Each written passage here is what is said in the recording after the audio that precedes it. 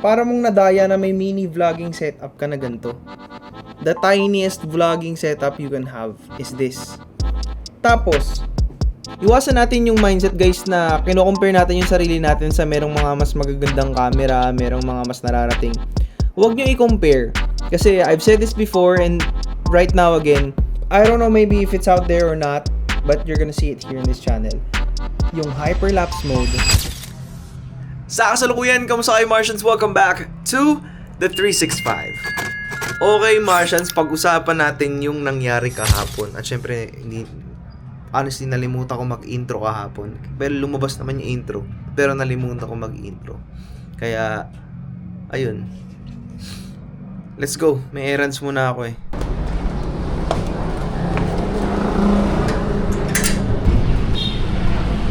By the way, DJ Action 5 vlog today.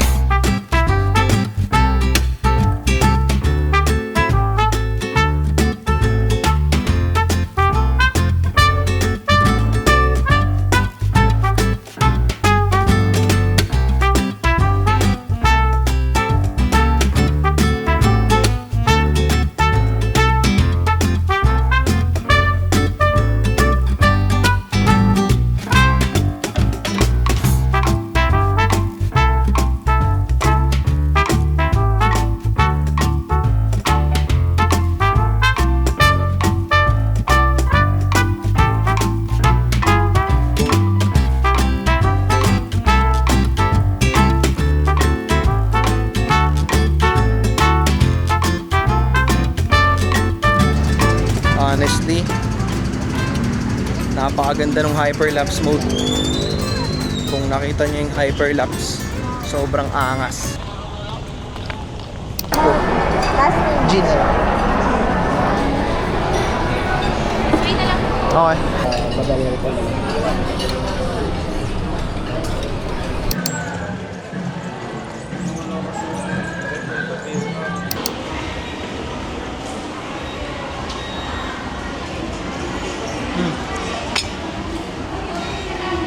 So minirealize ako today guys, dito sa mic na to, sa DJI Mic 2, ito siya.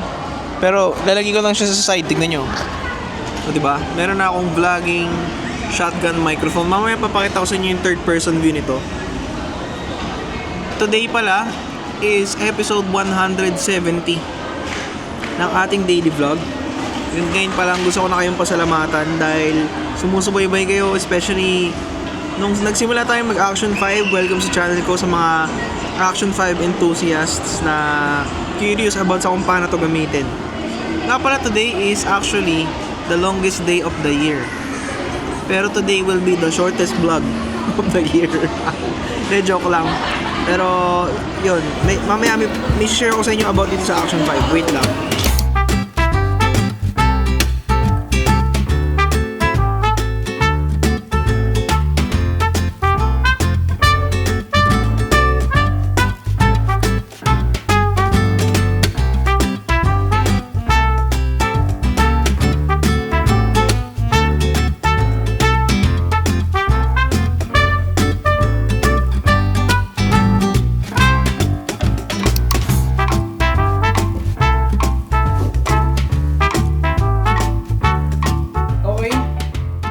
Martians, there's something I want to talk to you guys about. Basically, it's about this.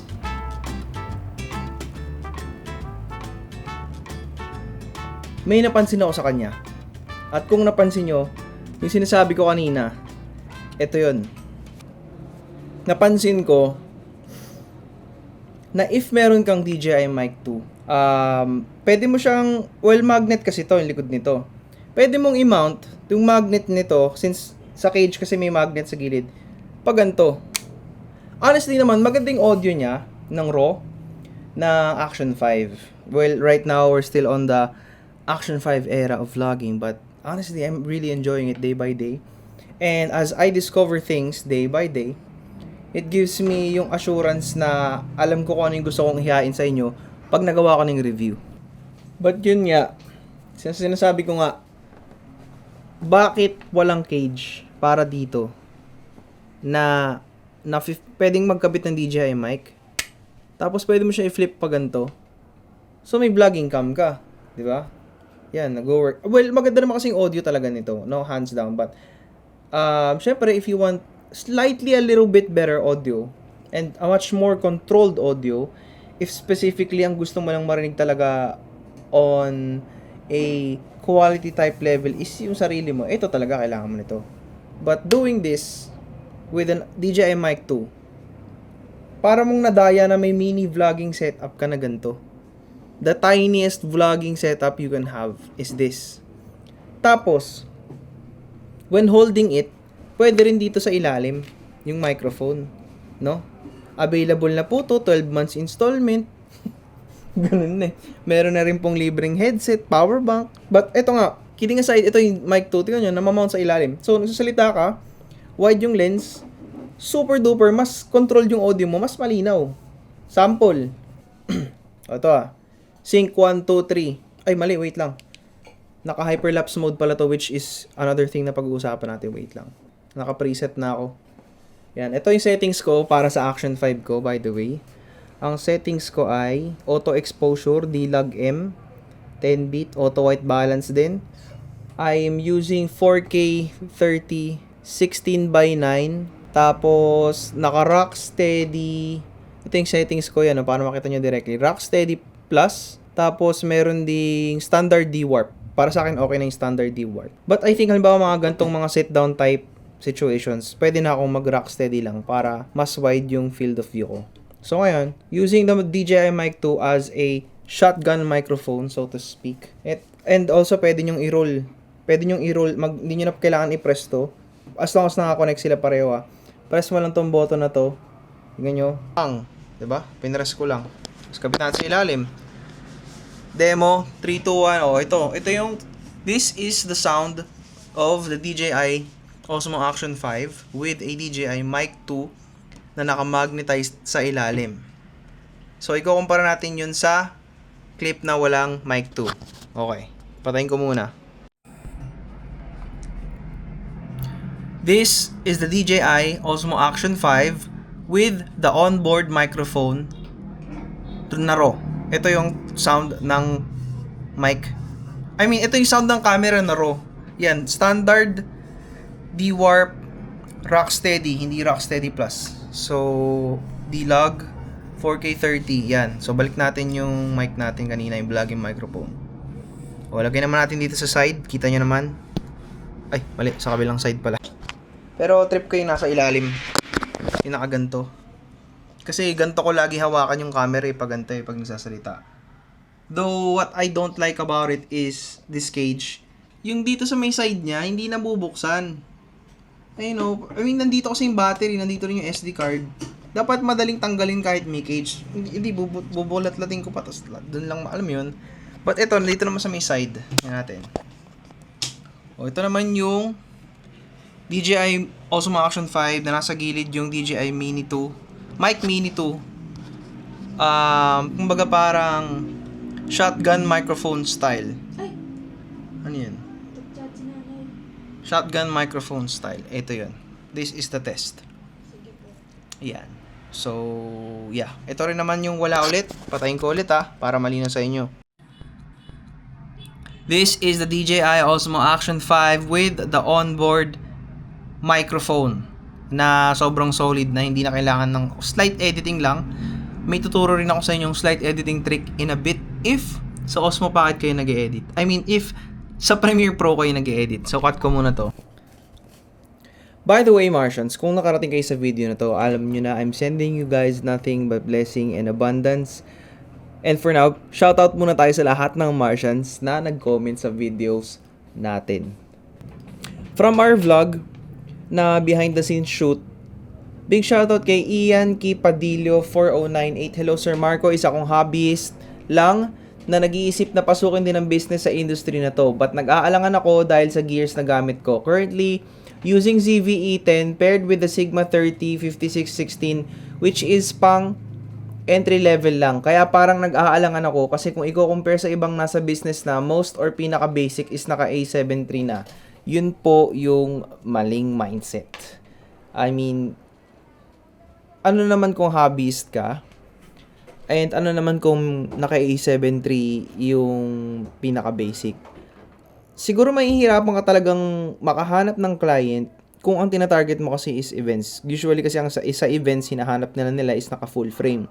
Right now, if you have a setup like the ZV-E10, what you can do is actually attack local businesses, find a specific niche na I think mag-work well. Kasi, hindi mo naman pwede i-level agad yung sarili mo sa naka full frame kung hobbyist ka, kung may bala ka mag-pro. Meron nga mga pro naman na naka APS-C, but yun nga kasi hindi mo naman din kailangan lumevel agad sa industry standard, especially malamang sa malamang wala ka pang portfolio and hindi pa justifiable yung portfolio mo sa ngayon kasi hobbyist ka pa nga lang eh, basically passion. So ang technique kung nandun ka sa level, kung ganyan yung situation, is humanap ka ng mga local muna na clients, personal clients muna na sa'yo hanggang makaipon ka, may pang full frame ka. For sure, pagdating ng time na naka full frame ka na, may portfolio ka na, pwede ka na lumevel sa industry standard at syempre mas higit pa dun. Yun yung lagi nating goal. Iwasan natin yung mindset guys na kino-compare natin yung sarili natin sa merong mga mas magagandang camera, merong mga mas nararating. Huwag nyo i-compare. Kasi I've said this before and right now again, iba-iba tayo ng kwento, iba-iba tayo libro sa universe. So, ano naman kung nakikita mo kung siya may malaking client, siya may madalas may client, siya ang gaganda ng client, kung ikaw anong ginagawa mo, bakit hindi mo sinisimulan? Kaya sila nandun sa sitwasyon na yon, kaya nila nakukuha yung client na gusto nila, kaya sila maraming shoot. Kasi sinimulan nila, kasi pinagsikapan nila at sinubukan nila. They failed a lot of times, but nakabawi sila. Swertihan din naman. But of course, I'll let you in on a little secret. Build your sense of taste. Sense of taste pagdating sa quality ng output. Pag naintindihan mo personally kung ano ang quality at kung ano ang taste, maraming taong magkakandara pa or maraming taong maraming taong magtatangkang i-hire ka dahil na gusto nila yung work mo. Kaya build. For now, if you're starting out, build. Yun lang masasabi ko. You don't need connections right now. You don't need to level up on a big camera. You don't. Build yourself, your scale, your portfolio. Pag sinabi ko yourself, your personal self kasi sa industry, hindi lahat professional, honestly. Yun yung number one thing. Kailangan maging professional, kailangan mo magkaroon ng tamang attitude, tamang approach. Syempre, nandyan yung mga taong masasamang loob na iba-brand ka, na pangit ang attitude mo kapag nagsalita ka. Sa umpisa, alam mo yun, ganun talaga, but yun nga, end of the line, magsimula ka, mag-build ka, and i-pursue mo. As long as locked in ka sa goal mo na yun, everything will go smoothly. Yun lang yung masasabi ko sa'yo. Ang haba nun ah.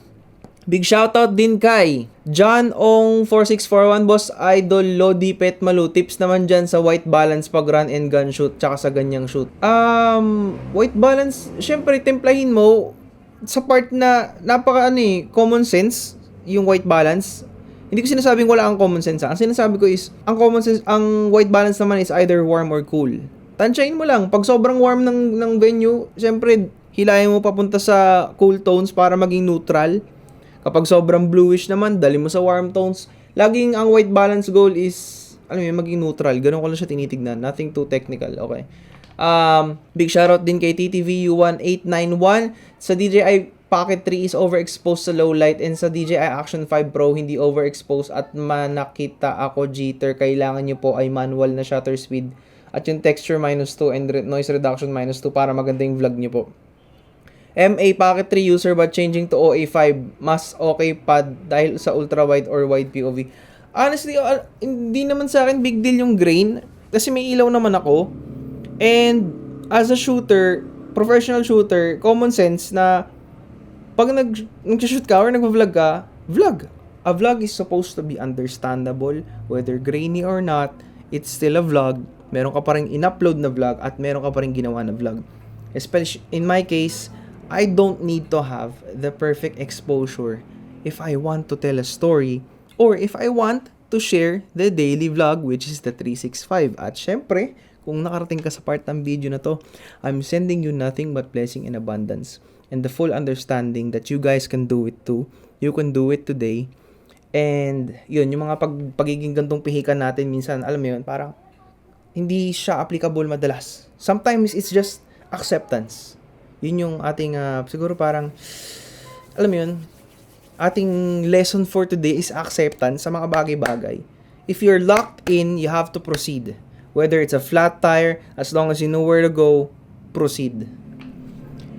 Sungrounds Records 992, shoutout sa'yo. Yung battery ng OA5 pwede gamitin sa OA4. Yung extra bat na gamit ko is OA5 battery.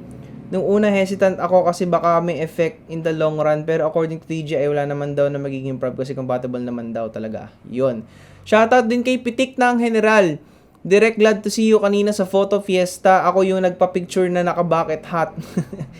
Na starstruck ako kanina kaya nawala na sa isip makipag-shake hands. See you uli sa mga susunod na events. Ingat palagi, Direct. Wow. Okay. See you din. At Steve Cardona, wala na sir, napabili na ako. Second hand pero twice lang nagamit. Baka tadhana na nagsasabing, sige na, bilhin mo na. Salamat sa reviews. Na-push lalo. Worth it ang OA5. So, shout out again from our previous vlog sa Henry's Photo Fiesta. Sobrang solid ng Henry's Photo Fiesta. Shout out sa lahat ng Martians na nag-comment. We have 11 comments. Ang iikli. Shout out kay Paolo Marasigan. Shout out kay Titi VU1891. Sir Paolo, shout out sa'yo. Snaps by Jasper. Big shout out sa'yo.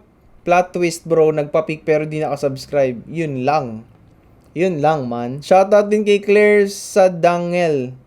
Shoutout kay Snaps with Jasper, anong SSD ni DC para maiwasan ng brand? Hindi ko matandaan ba sa Chinese brand siya, niregalo lang daw kay DC, kaya ayun, nagka-problem si DC sa SSD niya. Shoutout din kay John Santana.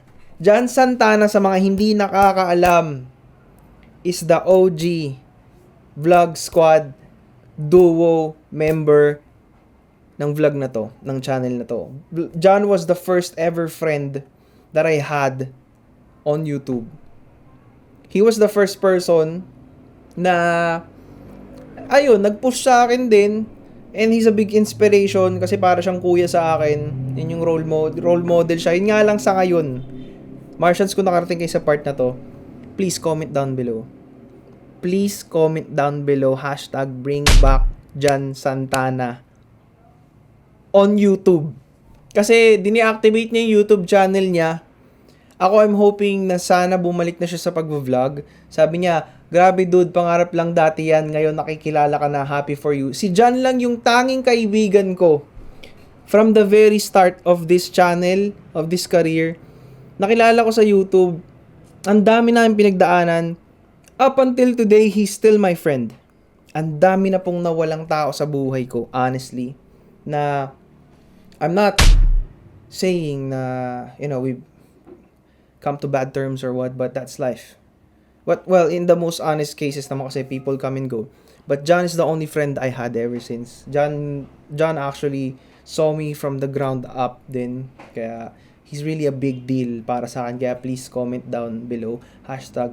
#bring back John Santana on YouTube. Basta nakapin yun, i-comment ko yung copy-paste nyo. Please comment, guys. I'm begging sa lahat ng Martians na manonood. Shoutout din kay Joshua the Crafter. Actually, marami pong applications na pang-recover ng file sa PC. Oh, marami nga. Yeah. Shoutout din kay Soy Hats Creative. Big shoutout sa'yo, bro. Nice to meet you. Bilis ng upload, syempre, dahil daily vlogger tayo. Shoutout din kay Vin YTV Vlogs. YT Vlogs, hindi man nakapunta pero parang nakapunta na rin. Yan ang gusto ko sa'yo, man. Nanonood ka ng vlog. Shoutout din kay One Armed Wanderer. Nice to see Sir Ted Claudio. Totoo. Actually, si Sir Ted Claudio isa sa mga OG yan. Pag napunta ka talaga sa events, lagi nandun si Sir Ted. As in, Sir Ted, si Sir As. Yun. Kaya, ayun. Shoutout na rin, 1 minute ago. JM Barrera. Sigma 24mm. Yan, reply natin si ano. Pusuan natin lahat ng Martians na nag-comment sa vlog natin. Sobrang happy ko, Martians. Especially simula nang bumili tayo ng Osmo Action 5. Meron na po tayong Martians na nanonood palagi sa vlog, nakasubaybay. I'm always here for you guys regardless kung mag-Osmo Action 5 ako or hindi. But honestly, I'm loving it. I'm using it for the daily vlogs, especially yung, alam mo yun, on the go like today. Kung nakarating ka nga sa part ng video na to, himala eh. Solid ka. bukas meron tayong matindihang shoot at nakakatawa yung shoot ko bukas dahil sa pinag-uusapan natin, medyo mahaba-habang usapan. Hindi naman mahaba, last part lang ng vlog as per last part ng vlog. Ang napansin ko, Martians, okay si Osmo Action 5 sa pag-vlog. Especially, okay, so ganito nga. I have discovered, I don't know maybe if it's out there or not, but you're gonna see it here in this channel. Yung hyperlapse mode ng Osmo Action 5 is honestly one of the best things in life. Kasi usually, especially dito sa vlog, kapag A7S III ang gamit natin, well, in most cases, nagta-timelapse lang ako. 2-minute timelapse, 3-minute timelapse, then move lang natin, forward lang natin. And then, ayun. Yun nga, ano ba yun? Na-distract ako bigla. Sorry. Yun nga, ang best na nangyari sa akin, by the way. Ayan, wait lang, naglag ako. Pagod na rin kasi ako today. Ilang araw na rin kasi ako puyat, honestly. But yun nga, Martians. Yung hyperlapse mode niya, ito yung settings ko. Usually nga kasi pa nag-vlog, time-lapse mode, but with the Osmo Action 5, you can actually get really good hyperlapses kahit nakahawak ka lang habang naglalakad. Though, dapat steady kamay mo. Ang ginawa ko, nasa tricycle ako. Nakaupo akong ganyan, hawak ko sa baba. And then, minayaan ko lang habang hawak ko. Delikado ba? Siyempre, tansyahin mo kung delikado ba sa lugar niya. Pero kung hindi, di ba? But, yun nga, nakaganto. And then, yun yung output. Ito yung output, di ba? Yung ginamit ko sa vlog. Well, ito, yung pinapanood nyo ngayon. Kaya, super duper na tutuwa ako kasi ang ganda nung first time ko nagamit yung hyperlapse mode, and I highly encourage you guys as well na gamitin yung hyperlapse mode kung naka Osmo Action 5 ka, which I think also meron din sa yun, sa kung ano man. So ito yung settings ko sa hyperlapse mode. Sobrang bilis lang bago natin tapusin yung vlog. Punta ako dito sa menu. Punta muna tayo sa punta kayo sa hyperlapse mode. And then, yung settings ko ay 4K 30 FPS.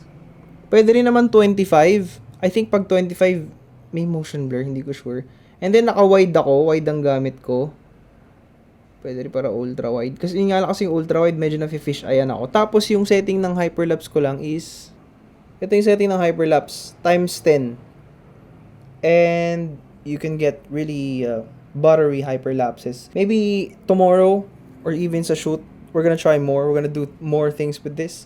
I'm also going to try it out for B-roll. Ewan ko kung okay siya or kung papalag siya. Tignan natin, ha? But, syempre, backup cam behind the scenes camera. So, yeah. Sa pagkatapos, that is it for this vlog. Make sure to like and subscribe para may good vibes. I'm sending you guys nothing but blessing and abundance. And once again, I nire-remind ko kayo, please comment down below. #BringBackJohnsLife. Para ganahan yung tropa natin. He's actually my best friend, to be honest. And, kung sobrang rare kung nakarating sa part ng video na to because John has done so many things for me. He's helped me out a lot of times before. And, I really appreciate it pag na-comment niya yung hashtag para makita niya na deserve niyang bumalik sa vlogging kasi siya talaga yung dating driving force kung bakit yung mga vlogs is super duper edited, super nagbi-b-roll, but, ito yung thing natin today. Ito yung style na natin. Ito na yung 365. So, I'll see you guys tomorrow. Sana hindi umulan nga lang bukas sa shoot kasi outdoor. But it's really gonna be fun. Trust me. Peace out. Vámonos, baby, vente, vámonos. Vine solo al party y me voy con dos. Hey, vámonos, baby, vente, vámonos. Casa amigos porque no le gusta